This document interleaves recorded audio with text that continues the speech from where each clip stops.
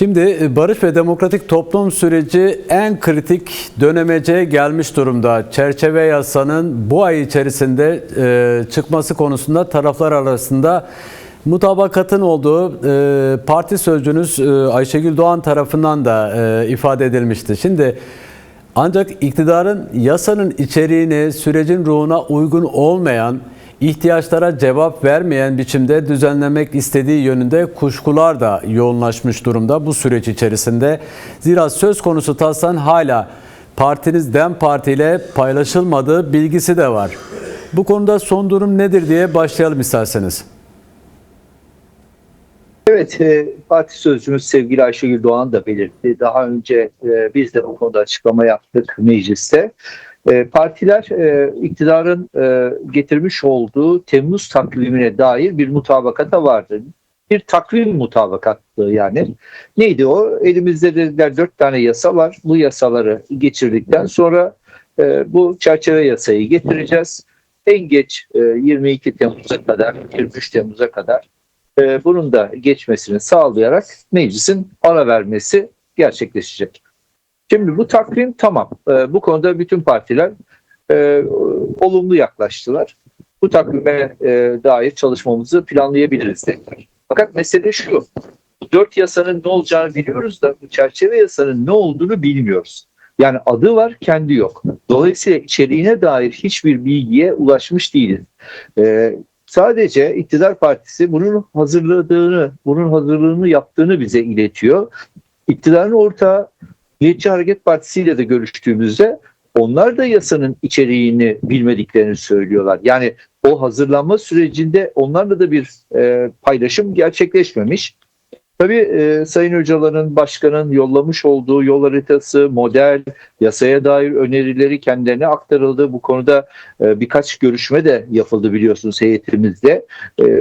Gerçekten Sayın Öcalan'ın ortaya koymuş olduğu çerçeve 7-8 madde olarak da niteleniyor. Tabii bu madde sayısı çalışmayla beraber 10'a 12'ye çıkabilir.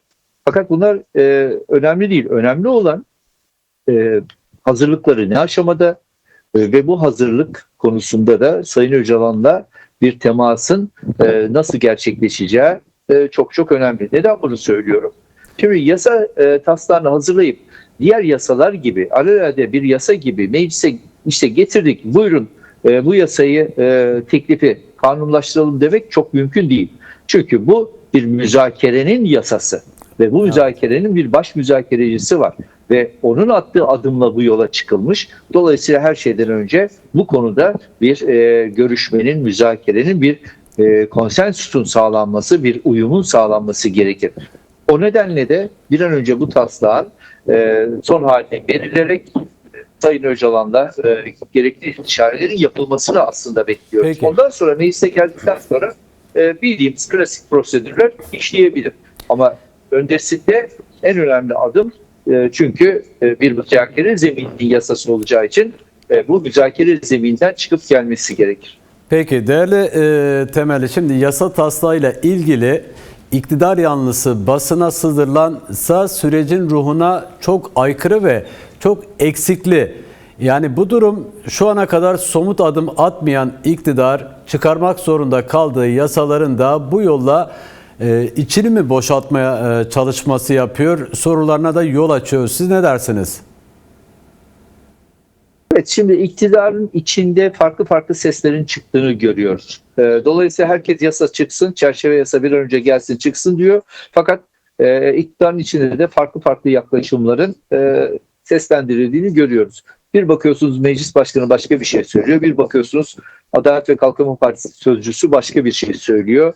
Bir bakıyorsunuz Cumhurbaşkanı'nın açıklaması geliyor. Bütün bu açıklamaları yan yana koyduğunuzda aslında orada bir tartışmanın sürdüğünü, henüz kendi içlerinde yasa konusunda bir uyuma ulaşamadıklarını da buradan anlıyoruz. Bu bir. İkincisi, devlet dediğimiz meselenin en önemli organı bürokrasi. Bürokrasi açısından da yaşananlar aslında buna benzer bir gelişmeye tekabül ediyor. Bakıyorsunuz işte bürokrasinin bir kısmı adeta bu yasa hayata geçmesin diye bir çaba içinde açıklamalarıyla, tavırlarıyla. İşte en son işte Mardin kayyumunun bir iki ay daha uzatıldığını gördük. Avrupa İnsan Hakları Mahkemesi kararlarının uygulanmamasındaki ısrarı görüyoruz. Yani her şeyden önce bir güven meselesi, umut meselesi dediğimiz konularda bile bürokrasinin tam tersine bir pozisyonda olduğunu görüyoruz.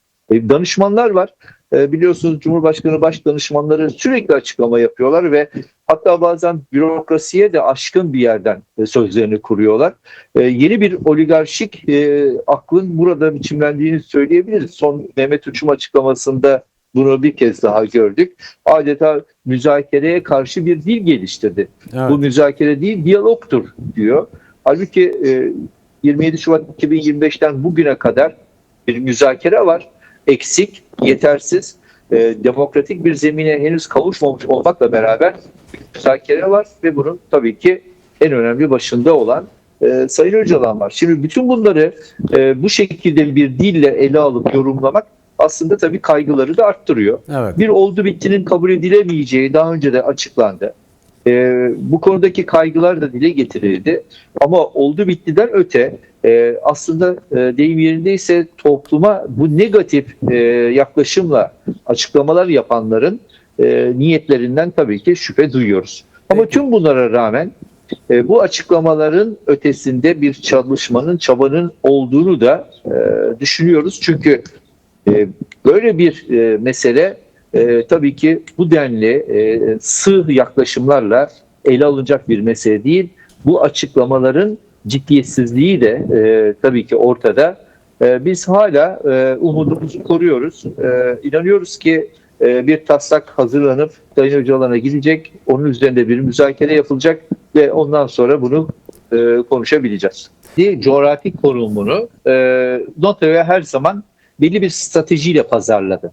Şimdi içinde bulunduğumuz İran ve Orta Doğu'daki gelişmeler, İsrail'in yayılmacılığı, enerji hatları gibi biliyorsunuz birçok kere bunları konuştuk.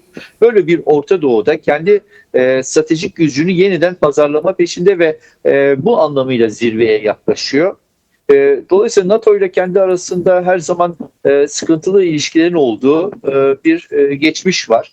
Ama buna rağmen stratejik öneminden dolayı NATO ile Türkiye arasında bu ilişkiler bir şekilde aşıldı ve bugüne kadar geldi. Şimdi Türkiye kendi Orta Doğu yaklaşımını, Kürt meselesine yaklaşımını ve bu konudaki aslında sürdüregeldiği kısıtlı imkanlarla belli açılımlar yapacağını ama son kertede hala Orta Doğu'daki o kendi Orta Doğu anlayışına uygun adımların atılabilmesini sağlayabileceği bir senaryonun peşinde. NATO'ya bunu kabul ettirmek istiyor. Trump'la olan özel ilişkilerini, Erdoğan-Trump ilişkilerini bir NATO anlayışına çevirmek istiyor. Trump'ın biliyorsunuz NATO'ya yaklaşımındaki o ikircikli durumdan yararlanmak istiyor. Peki bunun ardında ne var derseniz bir kere Kürt meselesinin demokratik çözümü değil, Kürt meselesinin aslında sadece silahsızlandırılarak bölgede yeni bir dönemi başlatmak.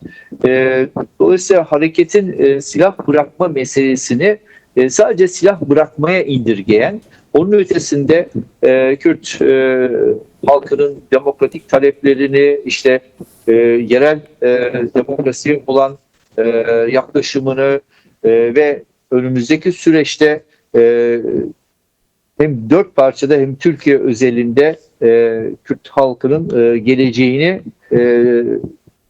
ilgilendiren konular çok da masada yok. Bunu anlıyoruz. Bu da çok riskli bir şey. Türkiye'nin böyle bir şeye savrulması aslında Orta Doğu açısından da büyük riskler doğurur.